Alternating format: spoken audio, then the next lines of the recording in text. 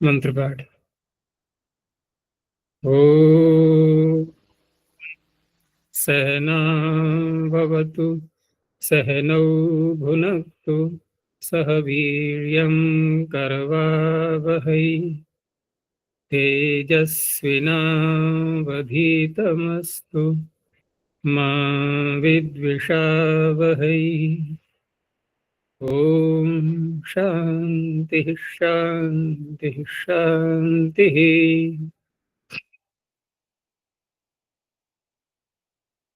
काशिका की 19वीं कक्षा, प्रथम अध्याय के दूसरे पाद के 11 सूत्र हो चुके हैं। पूछना है कुछ? गुरुजी, कल कारिका पढ़ रही थी, उसमें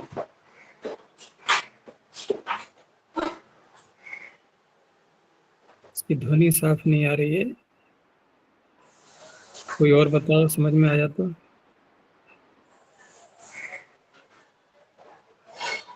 दोबारा बोलो। सामर्थ्य सामर्थ्यादि पुनर्भाव्यम, सामर्थ्य से जो दीर्घ है उनको भी पुनः दीर्घ करेंगे।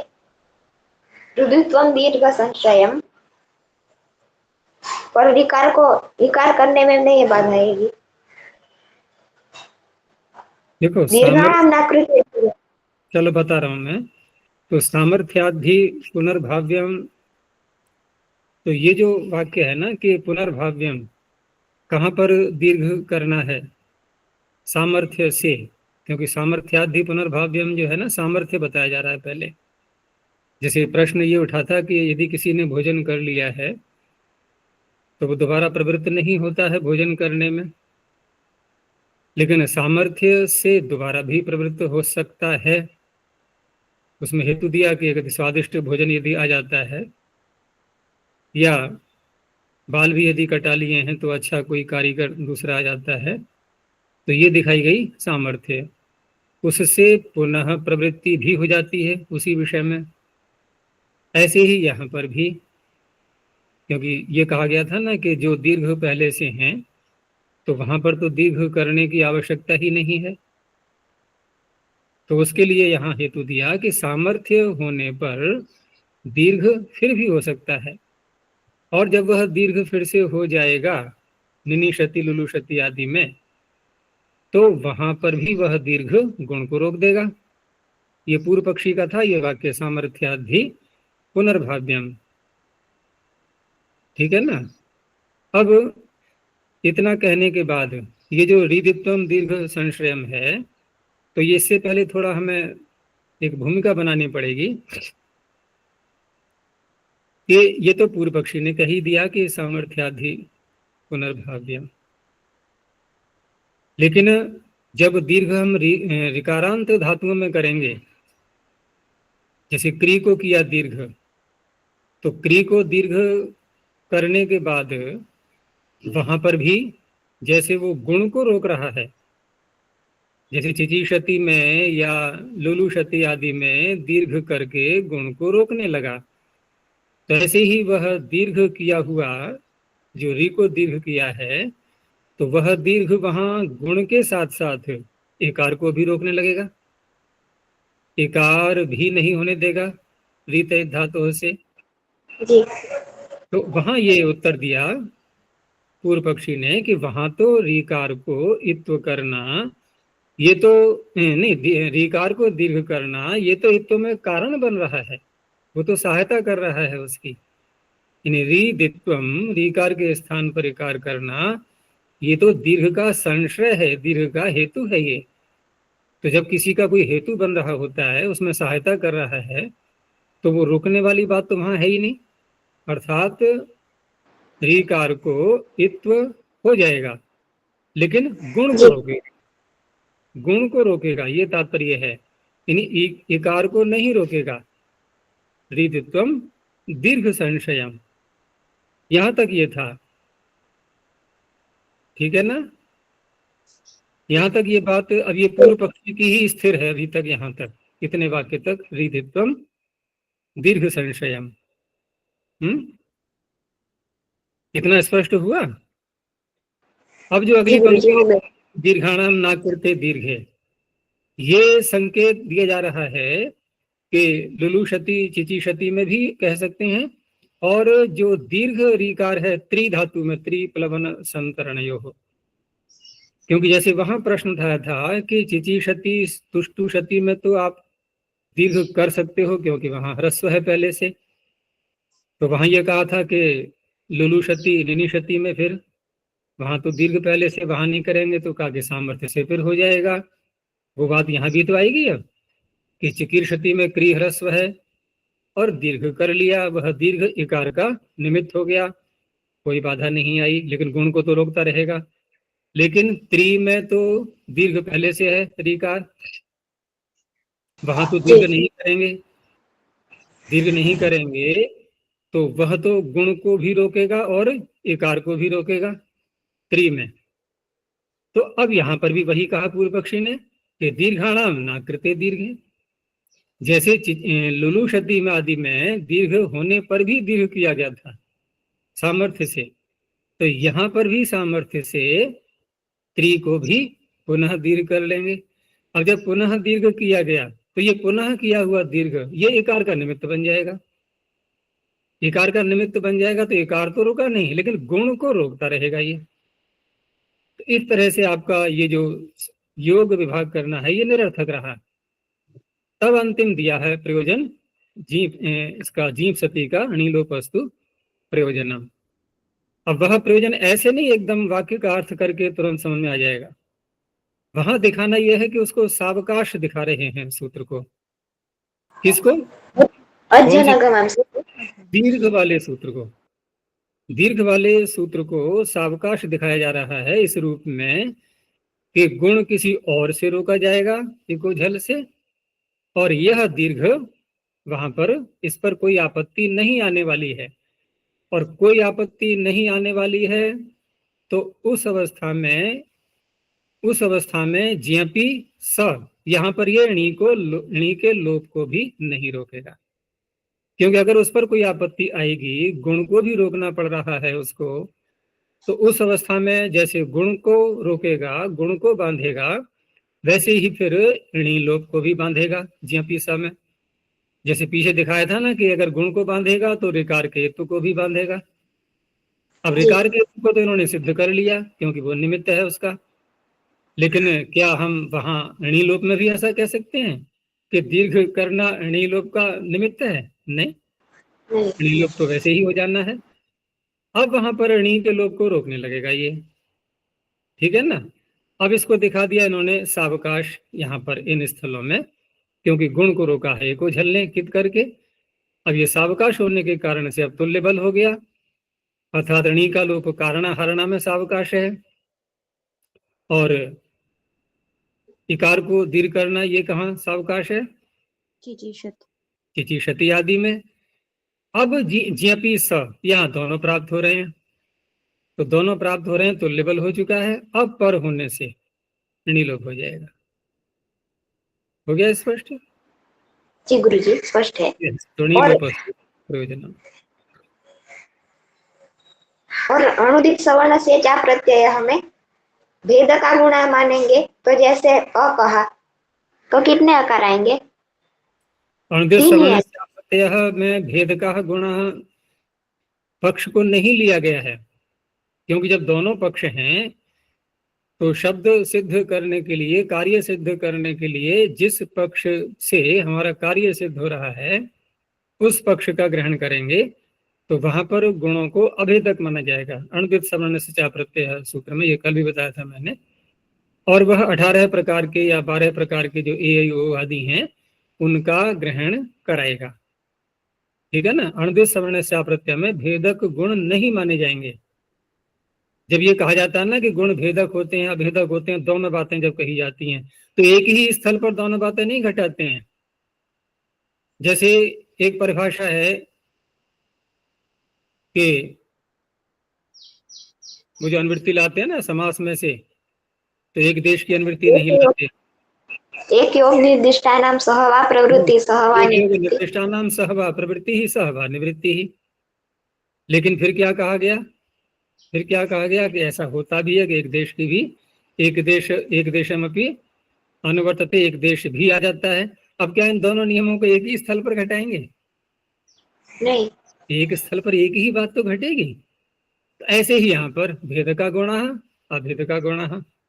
अब अणुदित सवर्ण से प्रत्यय में दोनों परिभाषाओं को नहीं घटाएंगे, यहाँ घटाएंगे अभेद का गुण। ठीक है ना। और तपरस तत्कालस्य में, तपरस तत्कालस्य में यहाँ पर क्योंकि ये अनण को भी तपर कर रहा है और अण को भी, दोनों दोनों को ले रहा है। ये जो अण तपर हैं उनको भी ले रहा है, जो अनण तपर हैं उनको भी ले रहा है। अब अनण तपर में यदि हम ये मान लें कि गुण क्या, गुण अभेदक। अभेदक। गुण अभेदक होते हैं, तो तकार लगाने की क्या आवश्यकता है? आया समझ में? अनड़ में कह रहा हूं मैं, अनड़ में तकार की कोई आवश्यकता नहीं, क्योंकि जिस काल में पाणी ने पढ़ा है उसी का तो ग्रहण होगा, क्योंकि वो अण प्रत्याहार में नहीं आ रहा है। और अन्य गुण वालों का ग्रहण इसलिए करा लेगा क्योंकि गुण अभेदक हैं, और तपर व्यर्थ जी। होगा। अब यहां से ये पता चला कि गुण भेदक भी होते हैं। अब ये पक्ष जब सामने आया गुण भेदक भी होते हैं, तो उस अवस्था में अगर यदि तकार नहीं लगाएंगे तो जिस काल का ग्रहण किया है उस काल का तो हो जाएगा, क्योंकि अण प्रत्याहार में नहीं आ रहा है, भिन्न काल वाले का नहीं कराएगा वो। परंतु परंतु गुण भेदक होते हैं तो भिन्न गुण वालों का ग्रहण नहीं करा सकता वो। ठीक है ना। अब जी, यहाँ पर इसलिए तपर से उसको थोड़ा बल मिल गया, क्योंकि तपर का प्रयोजन आएगा ही यही, समान काल वाले का ही ग्रहण कराएगा। ये तपर का मुख्य प्रयोजन नहीं है, क्योंकि वो अण में आ ही नहीं रहा है, वो तो समान काल का ही कराएगा। इसलिए भिन्न गुण वालों का भी ग्रहण करा दे, इसकी दृष्टि से अनण को तपर किया गया है। जी गुरुजी, स्पष्ट है।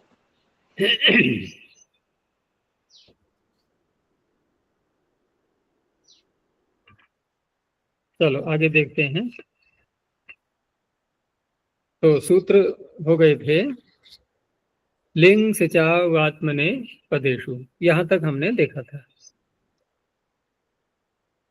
अब लिंग और सिच और आत्मनेपद, तो ये जो शब्द चल रहे हैं आगे, इनको हम अगले सूत्र में भी ले जाएंगे। तो सूत्र आया उश्च। अब उश्च और लिंग सिचावात्मनेपदेश में अंतर क्या है? वहां था हलंताच्य, हलंताच्य की जगह मान लो उश्च।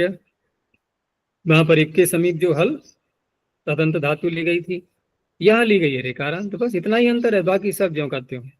लिंग और सिच हैं, झलादि भी हैं, सब कुछ है। तो रेवर्णांता धातु परौ लिंग सिचावात्मनेपदेशु झलादि कितौ भवतः। कोई विशेष चीज नहीं है इसमें। कृषिष्ट, हृषिष्ट, ये हो गया लिंग का उदाहरण। और ये पीछे बताया ही था कि लिंग के साथ में आत्मनेपदेशु को नहीं जोड़ेंगे, क्योंकि लिंग तो आत्मने पद में ही होगा यहाँ पर, क्योंकि झलादि उसी में मिलता है। ठीक है ना। आत्मने पद में झलादि मिलेगा ना, सी उठ करेंगे जब वो, तो इस तरह से सिच के साथ में आत्मनिपद का संबंध जोड़ेंगे। तो कृषिष्ट हृषिष्ट, सिच का हो गया कृत अहृत। झलादि ही लेने हैं तो वरिशिष्ट में, क्योंकि धातु से इडागम हो चुका है, ये इडागम होने से झलादि नहीं रहा, ये लिंग का हो गया वरिशिष्ट। और अवरिष्ट ये सिच का हो गया, यहाँ भी इडागम हो चुका है, तो यहाँ कित न होने से गुण हो चुका है। और यहाँ पर क्योंकि ईट को दीर्घ भी करते हैं विकल्प से, वृतोवा, तो वृतोवा लगाएंगे तो अवरिष्ट, ये अवरिष्ट का दिया है, अवरिष्ट अवरिष्ट, ये दो बन जाएंगे, गुण दोनों स्थलों पर हो गया है। अब फिर ज्यों का त्यों सारा विषय ऊपर से लाते हुए केवल धातु बदली है। पहले एक के समीप जो हल तदंत धातु में ली गई थी, फिर रेकारांत हो गई। अब केवल गम धातु है, धातु भी बदली है और साथ में विकल्प भी यहाँ थोड़ा बढ़ा दिया गया है। अन्य सब वही विषय हैं। तो लिंग से जब आत्मनेपदेषु इति वर्तते वागमः में। तो गमेर धातो परौ लिंग से चौ आत्मनेपदेषु झलादि वा कितौ भवतः। अब गम धातु वैसे स्वयं में कैसी है, ये परस्मै पद की है या कि आत्मनेपद की है? परस्मैपद। परस्मै पद की है। अब क्योंकि आत्मनेपद में यहाँ पर कित करना है हमें, तो आत्मनेपद करने का भी सूत्र पहले चाहिए। तो उसका है समुगम्यर्चिभ्याम, सम उपसर्ग लगाते हैं तो आत्मनेपद हो ही जाता है। मंत्र भी बोलते हैं लोग, संगच्छध्वम संवदध्वम, तो संगच्छध्वम वहां भी आत्मनेपद हो गया। तो संगम शिष्ट ये उस पक्ष का है जब कित नहीं हुआ, और जब कित कर लिया तो संगशिष्ट। सिच का दिखा दिया है, सिचा खलोपी समगत, ये कित पक्ष में है। पहले वाला कित पक्ष बाद में दिया है, दूसरे उदाहरण में कित पक्ष पहले दे दिया है। अगर एक रूपता रखें तो कैसे बनेगा, या तो पहले वाले को बदलें हम या इसको बदलें, ठीक है ना। तो समगत दूसरे पक्ष में समगंस्त। अब जिस पक्ष में मकार का लोप हो गया कित होने से, तो मकार का लोप होने के बाद अकारांत बन गया ना ग, तो सिच को भी जाना पड़ा फिर किससे, और जब मकार का लोप नहीं हुआ कित न होने से सिच के, तो सिच भी बचा रहा, ठीक है ना। समगंस्त कित्व पक्षे अनुनासिक लोपो भवति, सूत्र भी दे दिया है, अनुदात्तोपदेश बनति तनोत्यादि नाम इति। आगे हनः सिच। अब देखो पीछे से आ रहा था लिंग सिचौ आत्मनेपदेषु, अब यहाँ पर लिंग और सिच दोनों हैं। तो अभी जो प्रसंग चल रहा था एक योग निर्दिष्टानाम सहवा प्रवृत्ति ही सहवा निवृत्ति, हमें केवल सिच लेना है, तो पृथक ग्रहण कर दिया सूत्र में हना सिच, तो लिंग चला गया, ठीक है ना, लिंग यहाँ पर नहीं रहेगा। हंते धातु परः सिच कित भवति, तो कित होने से नकार का लोप हो जाएगा, अनुदात्तोपदेश बनति। तो आहत नकार का लोप होते ही अकारांत होने से सिच का भी लोप हो जाएगा। आहत आहसाताम आहसत, आहत में सिच का लोप हो गया, और आहसाताम में क्यों नहीं हुआ?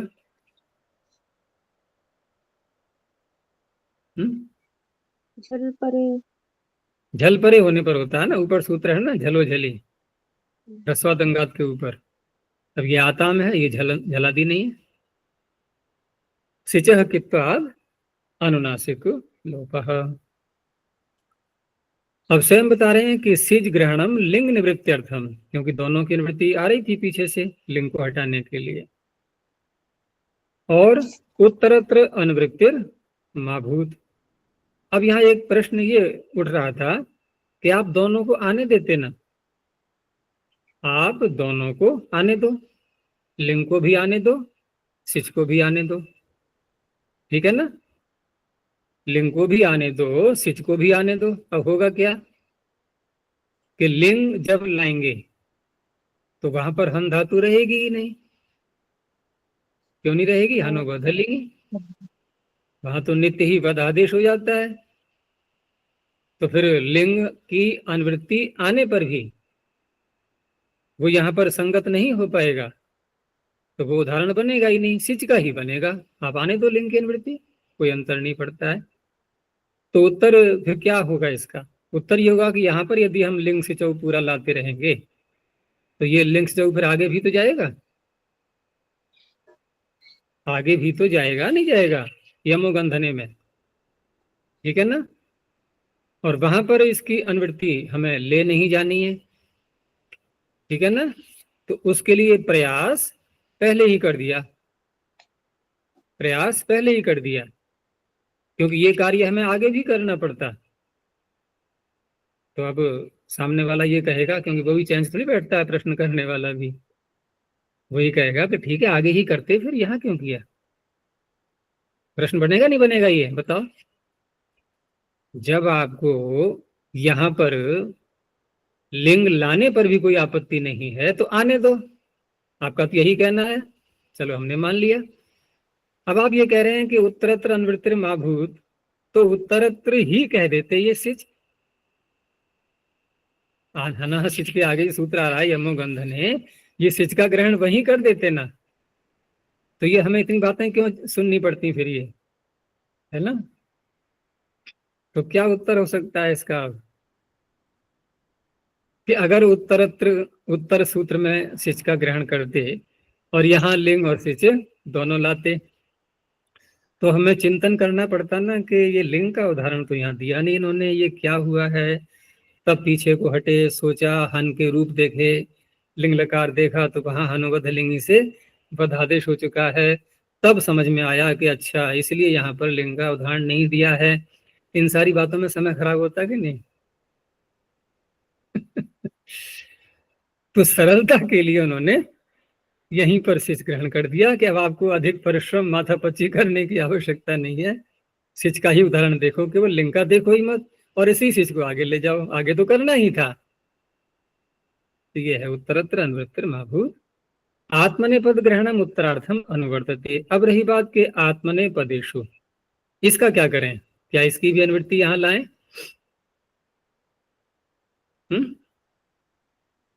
क्या करें, आवश्यकता है? देखो जैसे लिंग की अनुवृत्ति आने पर भी यहाँ कोई समस्या नहीं आ रही थी, आत्मनेपद की भी अनुवृत्ति यहाँ ले आए, या ले आए नहीं बल्कि ये कहा जाए कि आत्मनेपद की अनुवृत्ति लाओ या मत लाओ, दोनों बातों में से कुछ भी कर लो, उदाहरण तो आत्मनेपद का ही मिलेगा। मिलेगा कि नहीं? क्योंकि यहाँ पर भी हन धातु में जैसे लिंग का दिखाया था कि हनुबद्ध लिंगी से बद आदेश कर देते हैं, तो क्या सिच में नहीं है?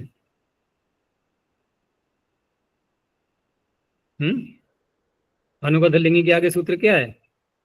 नीचे वो तो आत्मनेपदेशु। नहीं, लुंगी चे हाँ। पे ही तो आ गया, जी तो वहां से जा तो गया, वहां भी तो बद आदेश हो गया, हन रहा कहाँ? तो आपने पद क्या, यहाँ अनुवृत्ति आने पर भी कोई बाधा नहीं है ना। आत्मने पद की लाएं या न लाएं, आत्मने पद में ही होगा। अब ये हन धातु आत्मने पद में ही तो मिलेगी, परस्मै पद में तो वध आदेश हो जाएगा। हुआ स्पष्ट? अनुवध लिंगी लुंगी च, तो वहां भी तो वध आदेश हो जाएगा ना। तो कहने का तात्पर्य कि आत्मने पद की यहाँ आवश्यकता नहीं है अनुवृत्ति लाने की, लेकिन अगले सूत्र में पढ़ेंगे, हैं? अगले सूत्र में आवश्यकता पड़ेगी। अनुवधलिंगी लुंगी च आत्मनेपदेशु अन्यतरस्याम्।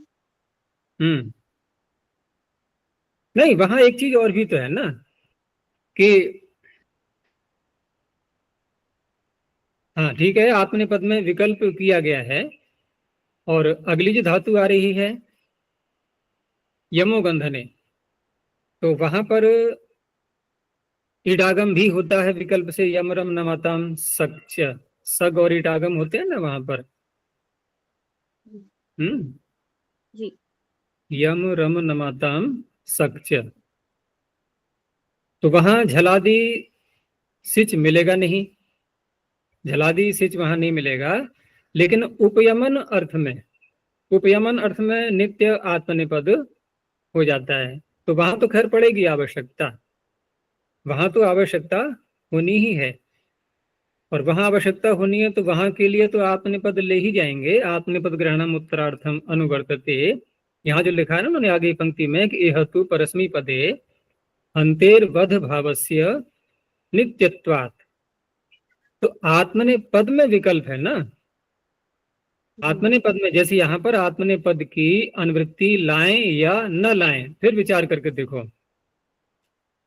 क्या मिलेगा। यहाँ पर परस्मै पद में वधादेश हो गया, आत्मने पद में विकल्प है, तो विकल्प में एक पक्ष में हमने वध कर लिया, ठीक है ये सूत्र नहीं लगेगा, लेकिन जिस पक्ष में वध नहीं किया तब लग जाएगा ये, तो आत्मने पद ही तो मिला इसको। जी। हन को आत्मनेपद ही तो मिला, हाँ तो जी। क्या आवश्यकता है निवृत्ति लाने की? जब आत्मनेपद अनिवार्य रूप से आना ही है, यहाँ पर आत्मनेपद में ही हन मिलेगी, चाहे हम लुंग ले लें चाहे लिंग ले लें, क्योंकि विकल्प वाले पक्ष में भी जो हन का पक्ष रहेगा, जब पदादेश नहीं होगा तभी इसका उदाहरण बनेगा वो। तो कहने का तात्पर्य यहाँ नहीं है आवश्यकता आत्मनेपद की, आगे के सूत्र में पड़ेगी आवश्यकता। चलो आगे, यमो गंधने।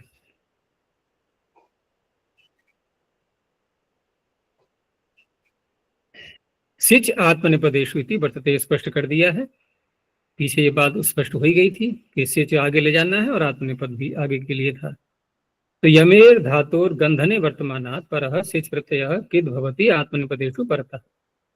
अब ये गंधन क्या है कि नया शब्द आ गया यहाँ पर, जबकि हम धातु का अर्थ जब विचार करते हैं तो सीधे धातु पाठ में पहुंच जाते हैं, और वहां देखते हैं तो क्या अर्थ है? यम ऊपर में। उपरा में, एकदम बोला करो। यम तो एक स्पष्ट बहुत प्रसिद्ध शब्द है ना, वैसे भी यम नियम आसन। जी।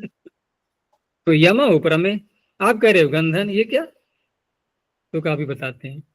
गंधनम सूचनम, पहले इसका अर्थ समझ लो।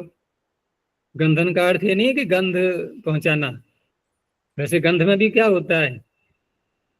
दूर विद्यमान पदार्थ का हमें ज्ञान हो जाता है। अब किसी ने किसी की चुगली की, तो जिसकी चुगली की जा रही है वो दूर है ना, जिससे बात की जा रही है, जिसको बताया जा रहा है उससे दूर है ना वो व्यक्ति जिसके विषय में बता रहे हैं। तो जो बता रहा है उसने उसको ज्ञान करा दिया नहीं, तो गंध आ गई ना उसकी। अब उसको आ गई, गंध नहीं आई? आई। उसके व्यवहार की गंध आ गई कि अच्छा उसने ऐसे ऐसे बोला था, पता लग गया दूर से ही। जैसे हमें फूल की गंध आती है दूर से, तो मिलता जुलता है गंधन, कोई आपत्ति नहीं है कि सूचन अर्थ कैसे ले लिया। परमात्मा को भी कहते हैं ना गंध।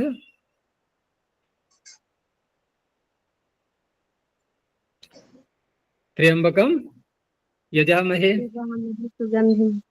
वो तो असू लगा दिया, बहुत अच्छी गंध पहुंचाता है हमारे पास में वो। कैसे? अरे हमारा जब जन्म हुआ, मनुष्य शरीर दिया उसने, तो हमारी क्या सामर्थ्य है किसी प्रकार का ज्ञान प्राप्त करने की? सब वही तो ज्ञान कराता है। प्रत्येक पदार्थ का ज्ञान वेदों के द्वारा जो विद्या दे रहा है हमें, उस विद्या से हमें सब पदार्थों के गुण कर्म स्वभाव का पता लगता है या नहीं? तो ये गंधन प्रक्रिया ही तो है ये। जो पदार्थ हमारे पास में नहीं है, अब मान लो हम शरीर के अंदर बैठे हैं, नेत्रों से हम बाह्य पदार्थ का प्रत्यक्ष कर रहे हैं, तो बाह्य पदार्थ का पदार्थ तो बाहर रखा है हमारे शरीर से, जीवात्मा तो अंदर बैठा हुआ है। कैसे जा रहा है ज्ञान उसका वहां तक? ये सब गंधन प्रक्रिया ही होती है, ठीक है ना?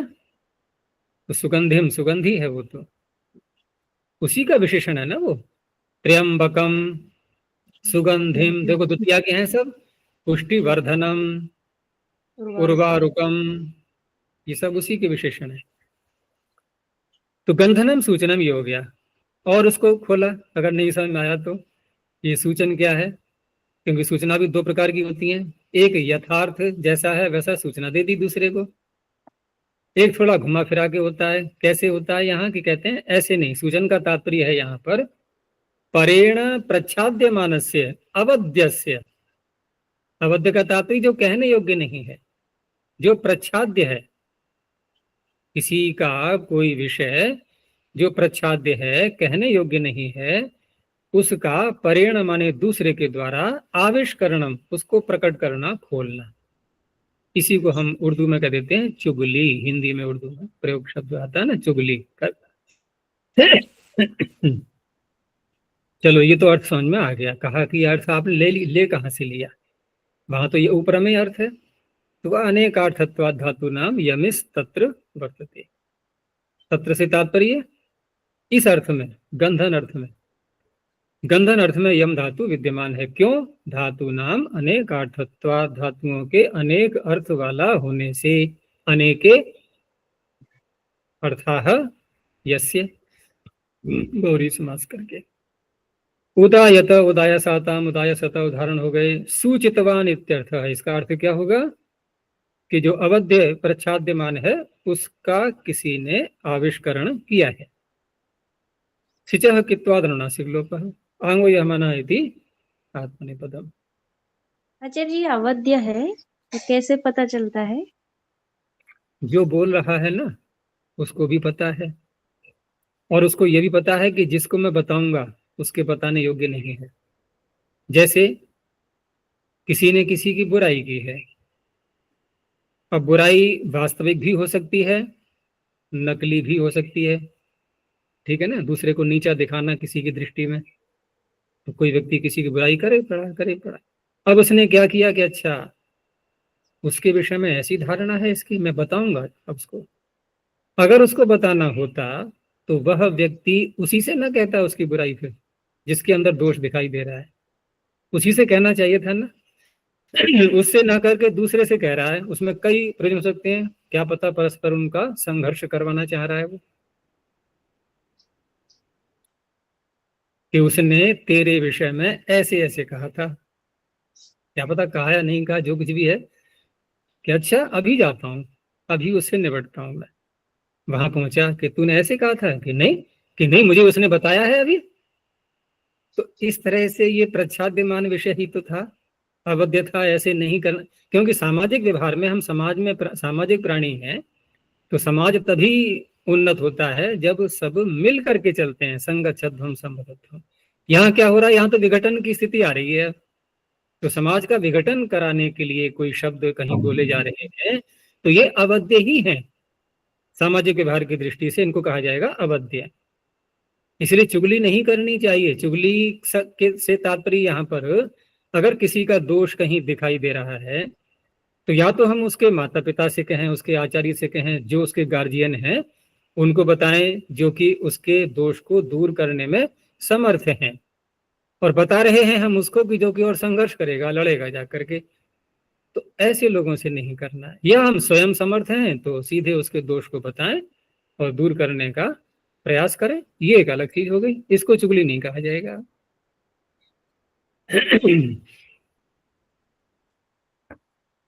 अब कहा गंधन ऐतिक्यम, ये अर्थ नहीं होगा तो क्या होगा, तो कहा उदायंस्त पादम। अब यहाँ पर ये कित नहीं किया गया है सिच को, तो मकार का लोप भी नहीं हुआ, लेकिन यहाँ पर गंधन अर्थ नहीं है। पादम जो आ रहा है कर्म इस धातु का, तो इसका अर्थ हुआ पैरों को खींचा है, खींचना अर्थ। उदायंस्त ऊपर की ओर खींचा है, उठाया है पैर के लिए। उदायंस्त कूपाद उत्कम, और स्पष्ट किया जैसे हम कुएं से जल निकालते हैं, ऊपर को खींचते हैं। उद्धृतवान इत्यर्थ। अब देखो इससे यही पता लगा कि उपरम अर्थ मुख्य था, गंधन अर्थ भी आ गया अनेक अर्थ होने से, और ये ऊपर को खींचना, यद्यपि यहाँ उपसर्ग लगा दिए हैं हमने, उपसर्ग तो ऊपर भी लगे थे, उदायत उदायसातम उदायसत्ता, और देखो वहां भी वही उपसर्ग हैं, उद और आ, और इसमें भी वही उपसर्ग है, उद और आ। लेकिन यहाँ पर खींचना अर्थ हुआ, वहां पर गंधन अर्थ हुआ। और ये सकर्मक भी यहाँ दिखाया जा रहा है, इसको पादम कर्म आ गया, उदकम कर्म आ गया, तो कहा कि सकर्मक है यहाँ पर, तो आपने आत्मनिपद कैसे कर लिया, तो कहा उसका दूसरा सूत्र है, सकर्मकत्वेपि समुदांग्यो यमो ग्रंथे इति आत्मनिपदम। क्योंकि पीछे हमने जिससे आत्मनिपद किया था आंगो यमना से, वहां तो अकर्मकात की अनुवृत्ति आ रही है, अकर्मकात सूत्र से, वो नहीं करेगा यहाँ आत्मनिपद। यहाँ आत्मनिपद करने वाला होगा समुदांग्यो यमो ग्रंथे। ये उस कॉलम में है जहां वो सूत्र आता है ना, शेषाद कर्तरी परस्मीपदम, उसके ऊपर त्वरितः कर्तरी प्राय क्रियाफल है, इनके नीचे जब सूत्र बोलोगे तभी आएगा, बोल के देखना। समुदांग्यो यमो ग्रंथे। हाँ यहाँ पर है ये, तो इसका तात्पर्य यहाँ पर होने का कि क्रिया का फल कर्ता को मिलेगा, तो आत्मनिपद नहीं तो परस्मीपद। विवाह शोभ यमने, अब देखो अभी धातु से पीछा नहीं छूटा है, यम धातु फिर आ गई यहाँ पर। अब यहाँ कुछ और ही अर्थ है, तो कितने सारे अर्थ निकल रहे हैं यम के। उपयमन अर्थ में विकल्प है। तो यमः सिच आत्मने पदेषु इति वर्तते, ये तो ऊपर से ले ही लेंगे। यमेर धातु रूपन यमने वर्तमानात् परः सिच प्रत्ययो विभाषा कित भवति आत्मनेपदेषु परतः। तो यहाँ पर उप उपसर्ग, क्योंकि सूत्र में भी है उप यमने, उप लगाया ना यम के साथ में, तो उदाहरण में भी हमें उप के साथ में यम तो लगाना चाहिए, तभी ये अर्थ निकल पाएगा उपयमन का। अगर उप नहीं लगाएंगे तो उपयमन का अर्थ ही कैसे आएगा, क्योंकि उपयमन में उप उपसर्ग है, यम धातु है, और यम का ही यहाँ पर उदाहरण दे रहे हैं। तो उपायत कन्याम, उपायंस्त कन्याम, उपायत भार्याम, उपायंस्त भार्याम, विकल्प से दिखा दिया। मकार का लोप हुआ नहीं हुआ, दोनों बातें। अब यहाँ कहते हैं उपयमन अर्थ, जैसे आपने गंधन का पीछे अर्थ बताया था, इसका भी बताओ। तो कहा उपयमनम स्वीकरणम, ये स्वीकार करना, लेकिन स्वीकार करना भी हर वस्तु को नहीं। विवाह, दार कर्म, पाणी ग्रहणम, ये है, ये स्वीकार करना, पत्नी को स्वीकार करना, ठीक है ना, पाणी ग्रहण भी कहते हैं उसका, हाथ ग्रहण करना। तो ये उपयमन के अर्थ हैं। तो जो ऊपर वाक्य था उपायत कन्या, यानी कन्या को विवाह करके लाया, उससे विवाह किया। और आत्मनेपद के लिए यहाँ पर जैसे पीछे हमने आंगो यमन सूत्र देखा, फिर उदायंस्त कूपाद उदकम आदि में समुदांग्यो यमो ग्रंथे से आत्मनेपद देखा। यहाँ किससे करेंगे आत्मनेपद? क्योंकि वहां तो था सम और उद और आंग, ये उपसर्ग थे, यहाँ तो उप उपसर्ग है, तो इसका सूत्र फिर अलग से है, उपाद यमः स्वकरणे। और वहां भी स्वकरण शब्द दिया है, जो अर्थ उपयमन का है वही वहां पर स्वकरण का अर्थ है, विवाह करना, इति आत्मनेपदम। अच्छा जी, यहाँ भार्याम क्यों कहा है? वो विवाह होने के बाद ही भार्या होगी ना? जब चक्की पर आटा पिसाने जाते हैं तो क्या बोलते हैं उससे, चक्की वाले से? आटा पीस दो। कहेगा आटा है तुम्हारे पास में जिसको पीस दूं मैं? अगर आटा है तो फिर ठीक है, फिर क्या पिसवाओगे? तो क्या समझाएंगे उसको कि ये गेहूं रखे हैं, इनकी ऐसी स्थिति बना दो जो आटा बन जाए, ठीक है ना। अब यहाँ भी प्रक्रिया हो रही है कि आप क्यों पानी ग्रहण कर रहे हो? इसलिए कि मुझे भारिया बनाना है। तो भारिया बनाने के लिए पानी ग्रहण करना, आटा पीसने के लिए गेहूं का ग्रहण करना, हो गया ना? उसमें कोई आपत्ति नहीं है। बहुत से लोग परीक्षाएं जैसे देते हैं, कोई डॉक्टरी की पढ़ाई पढ़ रहा है तो वहां पर कुछ पूर्व से कुछ परीक्षण होते हैं, उसके परीक्षा ली जाती है कि योग्य है नहीं है इस कक्षा में आने के लिए। तो वो सारे जो परीक्षण हो रहे हैं उसके, वो क्यों हो रहे हैं? डॉक्टर बनने के लिए। आगे के शब्द को हम पहले से ले सकते हैं कि आप क्या कर रहे हो। अब कर तो पीछे के काम रहा है, वो अभी वहां तक नहीं पहुंचा है, एक एक कदम आगे बढ़ रहा है, लेकिन लक्ष्य को हम पहले ही बोल सकते हैं कि ये मुझे प्राप्त करना है, उसके प्रयास में लगा हुआ हूं, इस तरह से। चलो आगे देखो, स्थाक भोरिच्य, इसमें कारिका भी आ रही है, कारिकाओं का मौसम चल पड़ा है अभी। तो यहाँ पर स्था और घू, स्था धातु हो गई, घू में दा और धा आ गए, ये लिया गया है। सिच आत्मनेपदेषु इति वर्तते, वो अभी नहीं छूटा है, वो आ रहे हैं पीछे से। तो तिष्ठतेर धातु हो घू संज्ञका नाम च, इकारश्चान्तादेशः सिच्च कित भवति आत्मनेपदेषु परतः, दो कार्य करता है ये, और सूत्र में च भी संकेत दे रहा है दो कार्यों का। क्योंकि सिच का कित करना ये तो पीछे से सिद्ध है ही, आ ही रहा है अनुवृत्ति के रूप में, और इत च इकार भी होता है। उदाहरण उपास्थित उपास्थिषाताम उपास्थिषत, घू संज्ञकों का दे दिया, अदित अधित। तो क्या हुआ है यहाँ पर सिच के कित होने से? सिच के कित होने से क्या हुआ? दो बात एक संग बोली जाएंगे ना, सिच का कित होना और इकारादेश होना। इकार भी तो करना है साथ में, तो इकार कर दिया, उधर सिच को कित भी कर दिया है। तो इकार के इकार होने से तो ह्रस्वादंगा से उपास्थित आदि में सिच का भी लोप हो जाएगा, और कित होने से गुण होगा नहीं अब, ठीक है ना, गुण होगा नहीं। ऐसे ही भूसंजय का नाम अदित अधिता। अब यहाँ जो कारिका आ रही है उसको देखो, ये ज्यादा कठिन नहीं है, सरल है ये, तो समझ में आ जाएगा थोड़ी देर में ही। देखो पहले वाक्य है इच्च कस्य तकारित्वम। कारिकाओं को याद कर लिया करो, अच्छी लगती है ये। तो इच्च कस्य तकारित्वम, अगर हम देखें तो प्रश्न बन रहा है इसमें, कस्य को ले लेंगे प्रश्न के रूप में कि तकारित्वम। तकारित्वम में क्या बोलेंगे, प्रश्न क्या बन रहा है वैसे कि सिच का कित्व, सिच का कित्व कर रहे हैं ना यहाँ पर, तो सिच का कित्व यहाँ क्यों किया जा रहा है, ठीक है ना। और पहली बात, दूसरा यह है कि इच्च, इत में तकार लगाया है ना, इत में इत को तपर किया गया है, तो तपर जो किया गया है तकारित्वम, तकारित्वम में तकारः इत यस्य तकारित तस्य भावः तकारित्वम। तो तकार का इत्व करना ये इत में कस्य किस कारण से है, एक सरल सा प्रश्न है।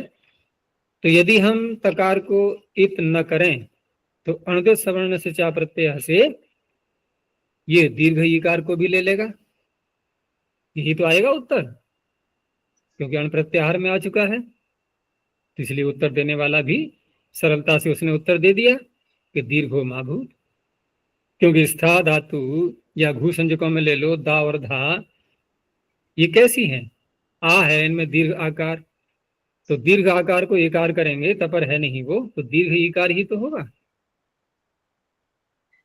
ठीक है ना, नियम के अनुसार दीर्घ ईकार होगा। तो दीर्घो माभूत, तो कहा कि ऋतेपि सह, ऋतेपि सह,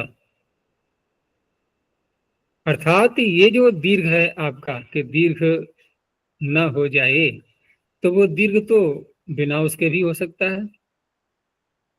दीर्घ तो यहाँ पर ईकार करते हैं ना, घो मास्था गापा जाति साम हली, सिच को जैसे कित कर दिया, सिच को कित कर दिया। अब इसमें घू मास्था में इस सूत्र की धातुएं आ गई नहीं आ गई, देखो घू भी आ गया, इसमें स्था पड़ा है वो भी आ गया, घू मा स्था, तो घू और स्था चाहिए हमें, ये तो आ गई।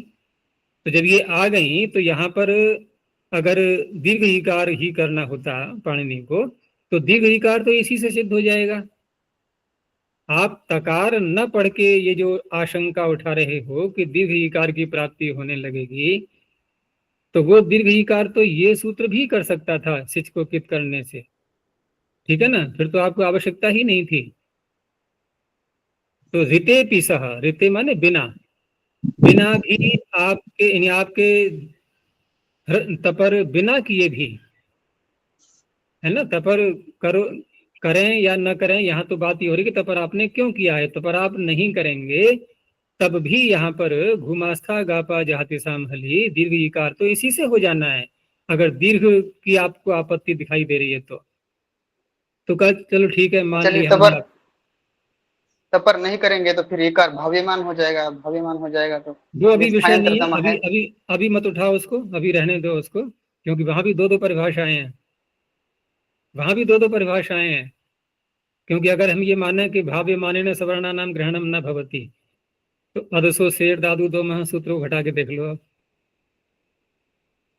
फिर क्या किया गया, फिर एक परिभाषा और बोलनी पड़ी कि भाव्य मानोपि अण सवर्णान ग्रहणाति। अब कहाँ जाओगे बच के, दोनों प्रकार की बातें मिलेंगी। तो ऋते पिसह, अर्थात इकारादेश के विधान के बिना भी आपको फिर इकारादेश की भी नहीं है आवश्यकता, यहाँ रीति से तात्पर्य है स्थाक घोरिच सूत्र में आपको इत को बिल्कुल ही हटा दो। फिर अगर आपको दीर्घ की आशंका है, ठीक है ना, कि दीर्घ हो जाएगा, तो दीर्घ हो जाएगा, तो दीर्घ तो ऐसे ही कर सकते थे बिना एकार ग्रहण किए भी, यहाँ पर उसके बिना भी दीर्घ हो सकता था। तो फिर अगला उत्तर दिया कि अनंतरे प्लुतो माभूत, अर्थात तपर करने का प्रयोजन ये है कि अनंतर, अनंतर का तात्पर्य अंतर, जैसे आया था ना स्थाने अंतर तमः, तो अंतर का अर्थ क्या था वहां पर, तम बाद में जोड़ना, सदृश। सादृश्य, ठीक है ना, यहां भी वही अर्थ ले लो। अंतर का अर्थ हो गया सादृश्य, तो अनंतर का अर्थ हो गया फिर असदृश, जो समान नहीं है। क्योंकि इकार यहां पर ग्रहण किया जा रहा है, तकार लगाया नहीं उसमें, तो अनंतर का ग्रहण तो कराएगा ही। अब ये असदृश का तात्पर्य यहाँ पर यह है कि हम जो इकार कर रहे हैं वो किसके स्थान में कर रहे हैं। स्था में देखते हैं वहां भी आकार है, धा और धा में देखते हैं वहां भी आकार है, तो स्थानीय अंतरतम तो लगना नहीं है यहाँ पर, ठीक है ना। अर्थात स्थान का सादृश्य तो देख नहीं सकते हम, होगा तो असदृश ही। असदृश तात्पर्य इनकी जो इकार का उच्चारण स्थान है वो इनका नहीं होगा, उसका जो आकार का उच्चारण स्थान है वो इकार का नहीं होगा, तो असदृश ही तो हो रहा है अभी यहाँ पर आकार के स्थान पर इकार करना। तो जब असदृश हो ही रहा है तो उस अवस्था में प्लुत भी तो आ सकता है। जब असदृश हो ही रहा है तो प्लुत भी तो आ सकता है। दीर्घ का तो उन्होंने ये कह दिया था कि दीर्घ करना होगा तो आपको इकार करने की आवश्यकता ही नहीं है, और घुमास्था गापा सूत्र से दीर्घ हो जाएगा। लेकिन प्लुत तो प्राप्त हो सकता है। अनंतरश्च अनंतरे प्लुतो माभूत, तो असदृश होने के कारण से, असदृश तो होना ही है, तो उस अवस्था में प्लुत न हो जाए, इसलिए प्लुत को रोकने के लिए तकार लगा दिया है, ठीक है ना। उसके लिए ह्रस्व इकार हमें चाहिए, और तपर भी उसको साथ में जोड़ दिया कि अप्लुत नहीं होगा। अब ये दिखाया प्रयोजन। तो आगे उत्तर दे रहा है सिद्धांत जो है पूर्व पक्षी कि प्लुतश्च विषय स्मृतः, अगर प्लुत की आप आपत्ति दिखाते हो कि प्लुत प्राप्त होने लगेगा इसलिए आपने तकार लगाया है, तपर किया है, तो प्लुत ऐसे नहीं होता है। प्लुत के विषय हैं जहां प्लुत किया गया है, 8वें अध्याय में जहां प्लुत का विधान है, तो वहां पर उसके विषय है नहीं है। जब वह विषय होगा, जैसे दूरात धूते च आदि होते हैं, नहीं होते वाक्य से टेह प्लुप्तातः दूरात धूते च, ऐसे विषय आते हैं वहां पर। तो जब वह विषय नहीं होगा तो प्लुत आदेश की प्राप्ति ही नहीं होगी, ठीक है ना। क्योंकि उन विशेष विषयों के अतिरिक्त कहीं पर भी प्लुत आदेश नहीं होगा। ऐसे नहीं है कि आप कहीं भी प्राप्त कराने लगो, इसलिए आपका तपर कराना व्यर्थ है। अर्थात प्लुत आदेश तो अपने विषय में ही होता है, उस विषय से भिन्न स्थलों पर यहाँ आप दा और धा में करने लगो, इकार को प्लुत करने लगो, तो यहाँ ये नहीं घटेगा कि वाक्य से टेह प्लुप्तातः दूरात धूते च, उनके तो अलग विषय हैं और वहीं पर होना है वो, ठीक है ना। तो क्या निष्कर्ष निकला, सूत्र खंडित हुआ या बचा रहा? खंडित हुआ। सूत्र खंडित हुआ या तपर करना खंडित हुआ? तपर। तपर। तो सूत्र कैसा होना चाहिए पूर्व पक्षी की दृष्टि में? अब रचना थोड़ी सी देख लो करके। स्थाघोरिः। स्थाघोरिश्च, चा को क्यों हटा दिया? क्या पे थोड़ी आक्षेप है? स्थाघोरिश्च, उसको तपर करने से एलर्जी हो गई पूर्व पक्षी को ये क्यों लगा दिया बीमारी यहाँ पर? कोई लाभ नहीं दिखाई दे रहा है उसको, तो क्या हुआ फिर? हो गया खंडित, है ना। और पतंजलि भी इसका निराकरण नहीं कर पाए, क्या करें। होती है कहीं कहीं व्यवस्था।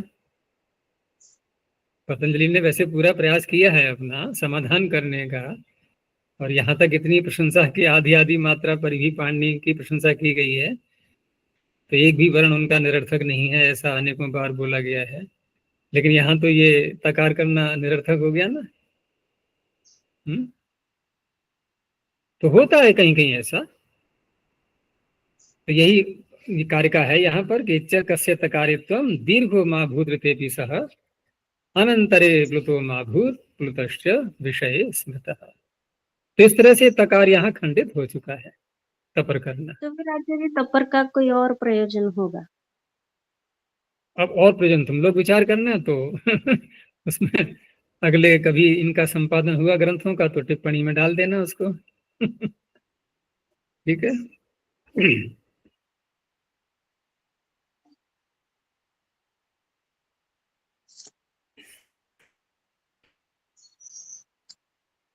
अगले सूत्र पर फिर कारिका आ रही है।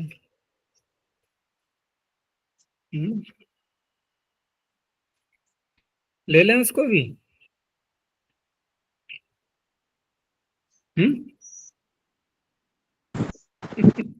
इको छल जैसा तो नहीं आचार्य। थोड़ी विस्तृत है वो, समय लगेगा उसमें, है ना, तो अधूरा छोड़ना भी सही नहीं रहेगा। तो अब आप लोग पहले विचार करके भी आना थोड़ा उसके लिए, तो और अच्छा समझ में आएगा। तो अभी यहीं तक रखते हैं इसको, ठीक है ना। अगली कारिका बाद में लेंगे, और कारिकाओं को स्मरण भी करते जाओ, कोई ज्यादा नहीं है, बड़ा अच्छा लगता है। मैं तो सारी याद कर रखी थी, ये बिल्कुल ऐसी रटी हुई थी कि जैसे कि सूत्र रटे हुए थे सारी कारिकाएं। तो अभी भी जब बोलता हूँ तो वो निकल पड़ती है मुख से। वो अलग बात है कहीं कहीं विस्मृति हो जाती है, लेकिन सब मैंने कंठस्थ किया हुआ था इनको। और जो कारकीय में जो इनकी व्याख्याएं की गई हैं, तो कहीं कहीं भिन्नता भी दिखाई देगी कारिका कि प्रकाश में। कारकीय है, कारिका प्रकाश कारिका में। प्रकाश। हाँ, कारिका प्रकाश में वहां पर कहीं कहीं भिन्नता भी दिखाई देगी कि उन्होंने कुछ और दृष्टि से देखा है उसको, महाभाष्यकार ने कुछ और दृष्टि से देखा है, क्योंकि ये कारिकाएं सब महाभाष्य में भी आएंगी बाद में। इधर पद्मंजरी और न्यासकार ने ये भी दोनों एक मत नहीं होते हैं। पद्मंजरीकार किसी और तरह से बोलता है उसको, और न्यासकार किसी और तरह से बोलता है। पद्मंजरी कुछ अपनी भी बुद्धि लगाता है उसमें महाभाष्य के अतिरिक्त, तो इस तरह से भी दिखाई देगा। लेकिन हमें तो जो सरल से सरल दिखाई दे उसी विधि को लेना है, और महाभाष्यकार वाली विधि ही सरल मानी जाती है, तो उसी के आधार पर जो है मैंने इसकी व्याख्या भी की है। तो महाभाष्य में भी इसका खंडन हो चुका है तकार का। और भी बहुत से सूत्र हैं ऐसे। तो खंडन करने का तात्पर्य ये नहीं है कि ये गलत है सूत्र, ऐसा निर्माण नहीं करना चाहिए। उसका वही समाधान है कि बहुत से सूत्र पाणिनि ने पूर्वाचार्यों के ज्यों के त्यों उठा लिए हैं, ठीक है ना।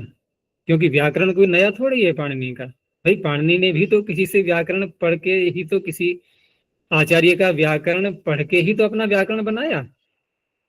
मान लो वर्तमान में कोई नई रचना करना चाहे व्याकरण के ग्रंथ की, तो क्या उसको अष्टाध्यायी नहीं पढ़नी होगी? कर लेगा बिना उसके? है वेद मंत्रों की व्याख्या करने वाला जो व्याख्याएं उपलब्ध हैं, क्या उनको बिना पढ़े कर सकता है वो? किसी भी विषय को ले लो, किसी भी विषय को ले सकते हैं, अगर उस पर ग्रंथ रचना करनी है तो उससे संबद्ध उस समय उपस्थित विषय, उन सब का उसको अध्ययन करना होता है। तो ऐसे ही पाणिनि ने जब अपने शिष्यों को व्याकरण पढ़ाया, अष्टाध्यायी की रचना हुई है, तो उनसे पूर्व भी अनेकों वैयाकरण, तो जो लगा उन्हें कि हाँ ये तो सूत्र हम जो का त्यों ले लेते हैं, इसमें थोड़ा सा परिवर्तन कर भी सकते थे, वो तकार को हटा भी सकते थे, लेकिन सम्मान की दृष्टि से उन्होंने पूर्वाचार्य का सूत्र ज्यों का त्यों ले लिया। इसलिए ऐसा कोई ये नहीं है कि पाणिनि का सूत्र यहाँ पर कोई प्रश्न कोटि में आ गया है, ऐसा नहीं होना चाहिए, ऐसे नहीं अर्थ करना है इसका। बस ये है कि एक विचार करने का तरीका होता है कि देखो हम इसके बिना भी कार्य चला सकते हैं। अब वो है भी वहां पर तकार, तो आपत्ति तब भी कुछ नहीं है। हाँ, वहां पर आपत्ति आएगी कि तकार न लगाते तब तो सब कुछ सिद्ध हो रहा था, तकार लगा दिया तो अपशब्द बनने लगा। अब यहाँ पर विचार नहीं बन जाता कि ऐसा सूत्र पाणिनि क्यों बनाएंगे, वो तो साधु शब्दों को बनाने के लिए कर रहे हैं सूत्रों की रचना। असाधु बनने लगे तो वो तो सूत्र फिर सूत्र कोटि में रहा कहाँ, वो तो बिगाड़ रहा है भाषा को फिर। तो तकार लगा देने से कोई दोष तो नहीं आ रहा है कहीं पर। यही तो बात आई थी कि बिना तकार के भी काम चल सकता है। ठीक है, तकार लगा दिया तो कि चलो तब भी कोई आपत्ति नहीं, यही तो कहा जाएगा। आपत्ति आती तो बात थी। ऐसे ही सूत्रों को हम बोलते हैं कि ये खंडित हो चुका है। खंडित का तात्पर्य ये नहीं है कि वो गलत हो गया है, अर्थात बिना उसके भी कार्य चल सकता है, बस इतना अर्थ लेना होता है। ठीक है, यहीं तक रखते हैं। प्रणव ध्वनि। ओ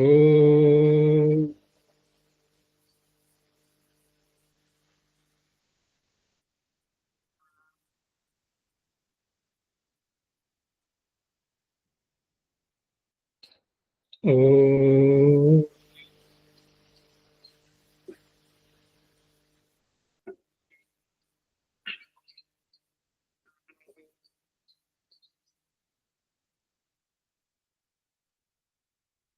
ओ